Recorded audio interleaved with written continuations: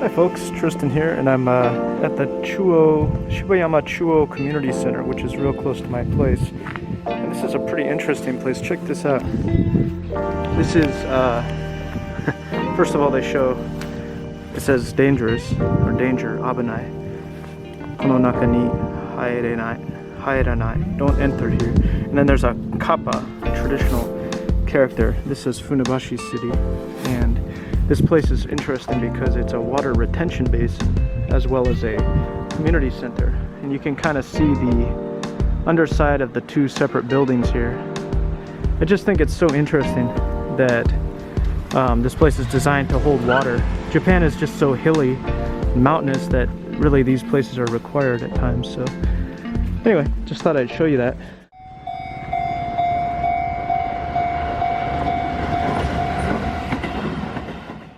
Hi guys, I'm gonna take you up here to this place, and it's a memorial site for some fallen soldiers. I believe they were Air Force, although I'm not entirely certain, and they died in a plane crash real close to here. And the only thing I can really, I think this is Navy, I believe this is Navy, and this says 7, and this might be soldiers here.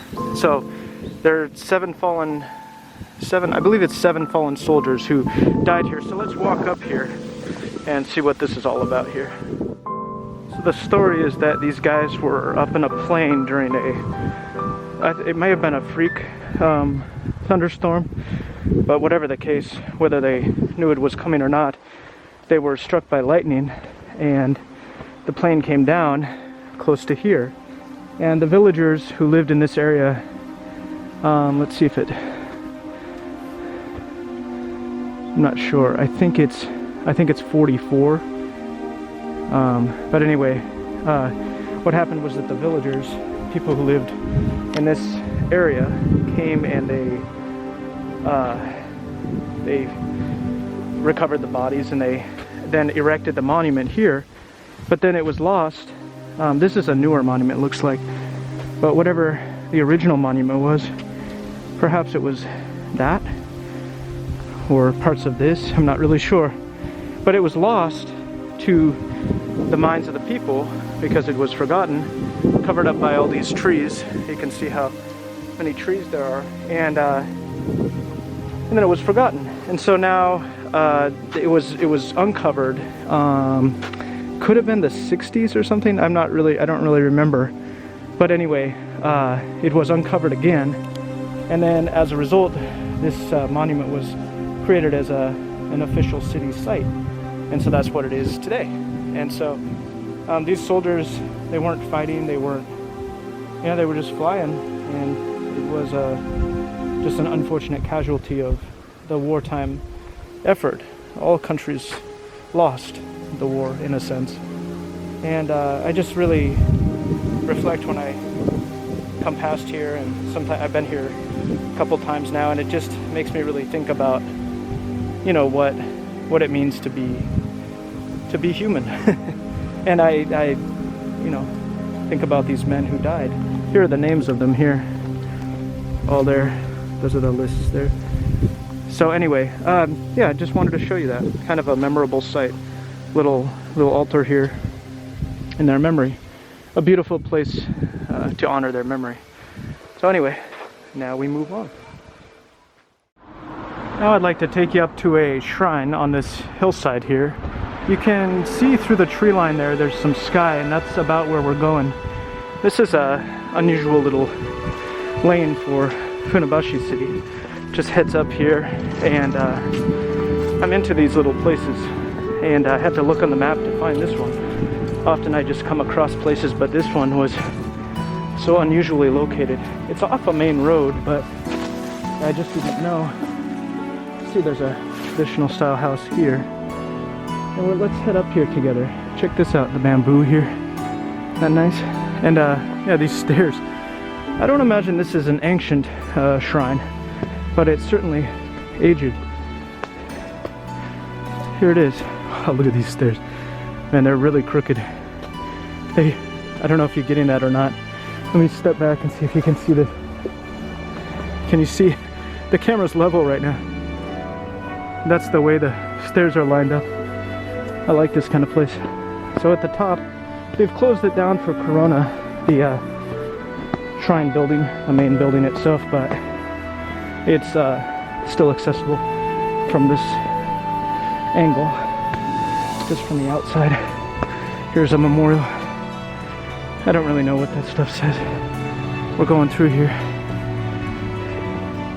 and here we are. I don't normally feel comfortable filming at shrines or temples, but yeah, when nobody's around, it doesn't seem to have any negative effects.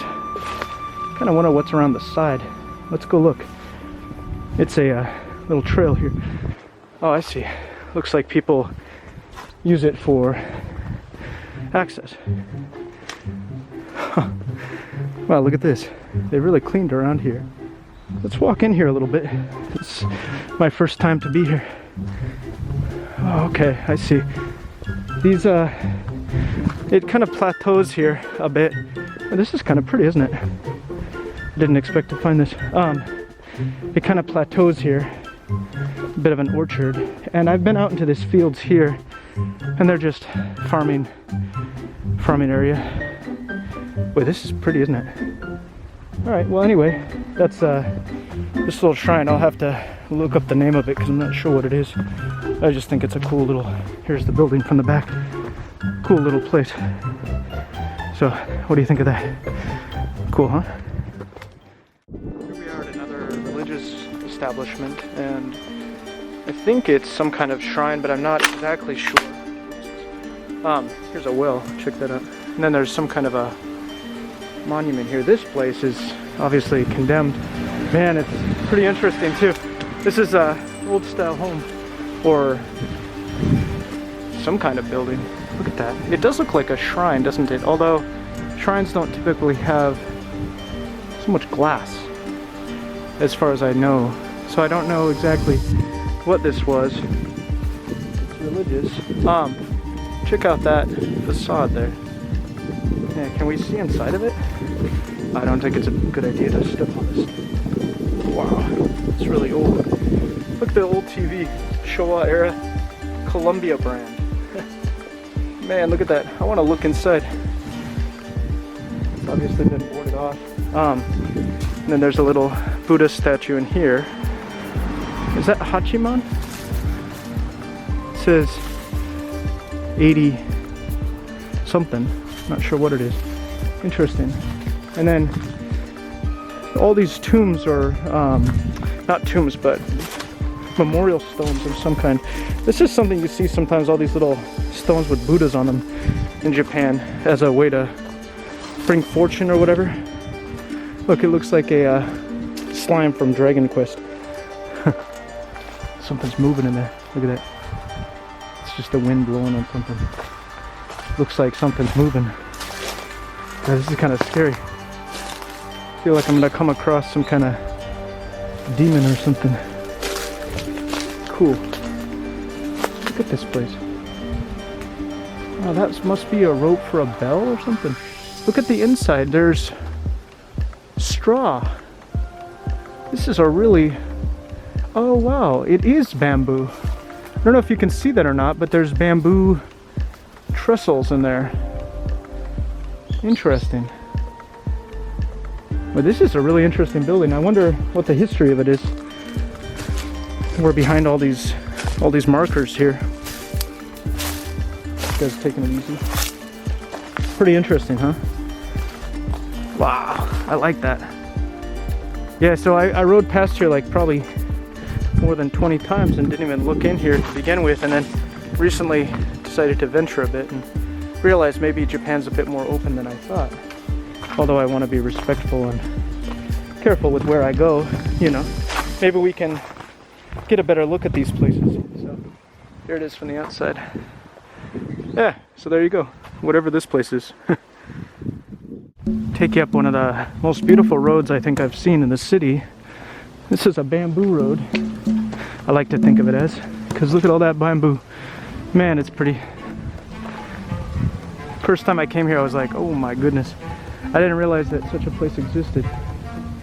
One thing I like about bamboo is that it's so quiet. I think it's a grass species, which is probably the reason, because it's the leaves just rustle a bit and you can hear how quiet it is. Very peaceful. And down below us is a large expanse of fields that float, that it touches upon a couple of rivers, all part of the Tone river system. The Tone being the largest river in terms of drainage size here in Japan. And these rivers are all connected to that, which is kind of interesting, because I didn't realize that these rivers had such a connection. I guess it's kind of obvious when you think about it, you know, how rivers flow, but yeah, here it is. And so in this city, Funabashi City, we're right next to Tokyo Bay, and we here have about 15% of the land is covered by the drainage area of rivers, which I found surprising, because there's just so much farmland. I mean, think about it, we're in the Tokyo area. It only takes, I don't know, an hour or so by bike to get to Tokyo, and you can get to downtown Tokyo in less than an hour by train. So yeah, when you think about the rain and the river systems here, it's just interesting. And then up ahead here, this is the house of a famous, or was the house of a famous painter. His name was Gako Suzuki, last name Suzuki. And you can see it here, it says Suzuki Gako, that's his name.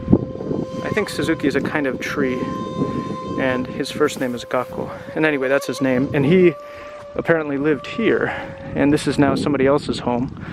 And that's where he lived. He did, I think, some ukiyo-e style, some kind of famous Japanese style of painting. And I think he was known outside, he's known outside of Japan too. So perhaps one of the few international connections of the city. And then over here there's sometimes cows. The only place I've ever seen cows in the area. So anyway, there's a bit about the city, and stay tuned. I think I'll end the video with this particular shot here, and this is something I really love, entering into another city through this tunnel of trees. Check this out. We're now transforming into citizens of a different city. We just left Funabashi on the other side there that we just came from. Now we're entering into Yachio City, and here we are. Do you feel different? Anyway, I think I'll leave it at that for this video. This is just a snippet of portion of Funabashi City. So yeah, hope you enjoyed it, and stay tuned for more. Bye bye.